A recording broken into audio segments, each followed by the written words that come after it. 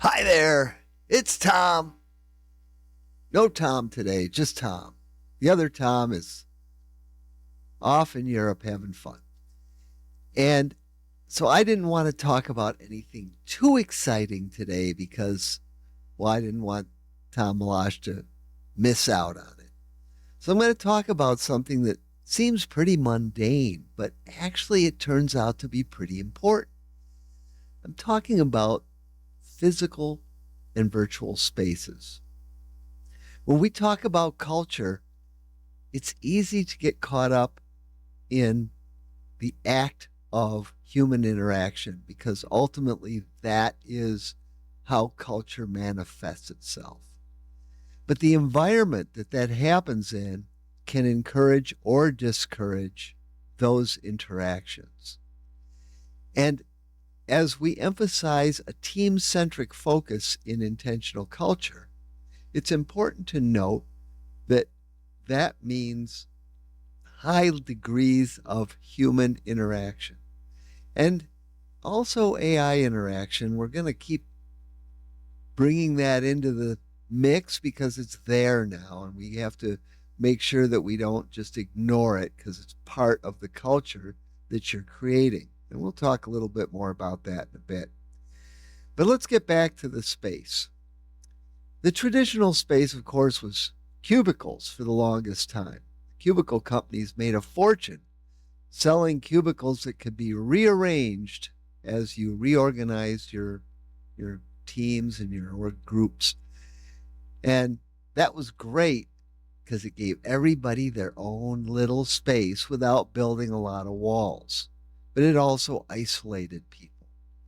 So when the Agile group came along and they established a mechanism for working very closely together and collaborating on product development in particular, they started realizing those walls were a hindrance and they basically tore them down. And instead of those, they had big tables.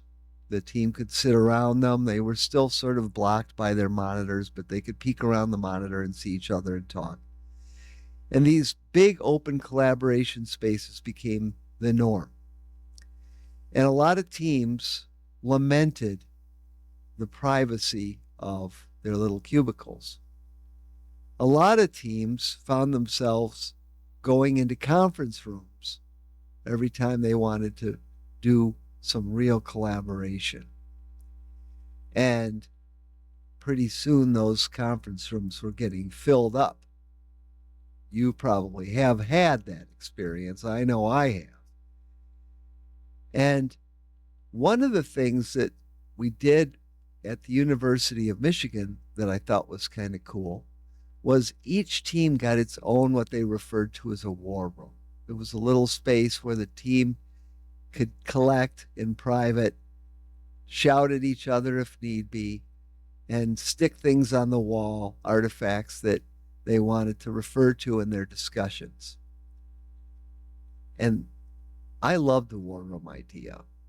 I began to wonder whether the team's default should be in the war room and then the collab space should be just for people working in small groups of 2 or maybe 3, or even individually if they wanted to be out in a quiet area. So then the collab space would be more of a quiet area rather than a big noisy area where everybody was talking to each other. The point being is that how you set up your space will engender certain types of communication behaviors, and you can select a space for those attributes and encourage the kind of behaviors that you want. So you can, if you want high collaboration, you can create real collaboration spaces that work for the people that are in them. And that's something you can't do without talking to the people that are going to be working in them. Far too often, leadership makes decisions about how they want to shape that space, thinking that they're doing good, and the people that live in those spaces don't love them. They should love them. The other area that's become increasingly challenging, especially for culture, is virtual spaces. We now have teams that are hybrid, meaning some of them will be co-located in the same physical space, and others will be working remotely from their homes. In that case, you want to be careful to avoid having two classes of people. The people that are on the inside, they're in the space, and the people that are on the outside looking in. And this is really easy to do. It's what happens by default. So if you want to avoid that, there's a few ways to go about it.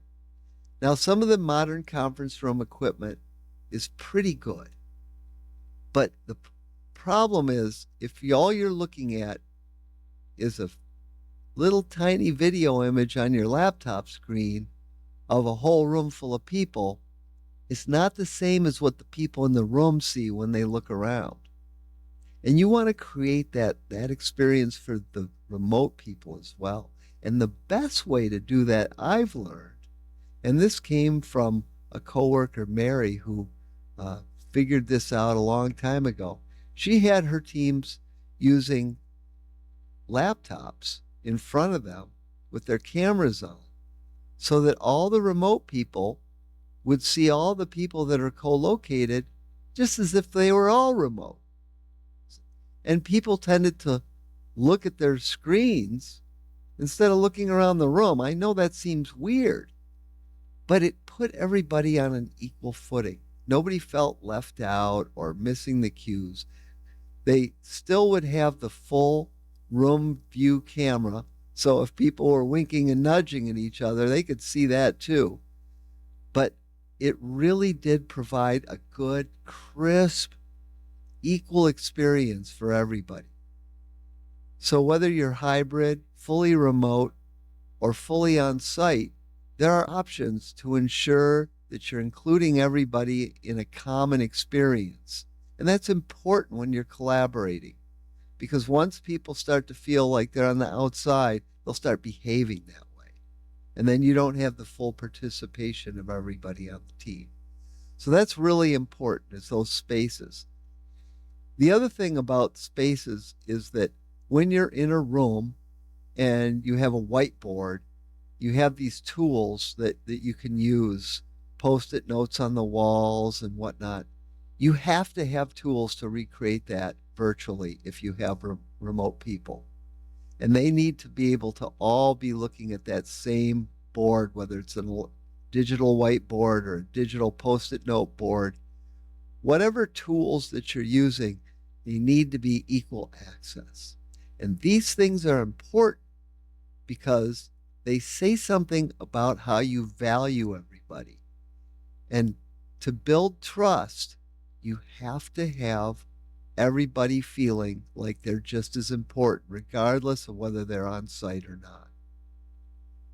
So maybe not the most exciting thing in the world, but it's something you absolutely should consider if you want to create an intentional culture.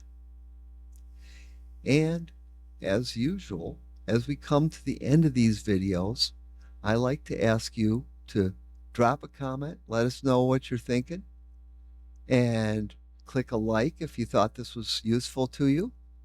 And most importantly, click that subscribe button down there underneath the video.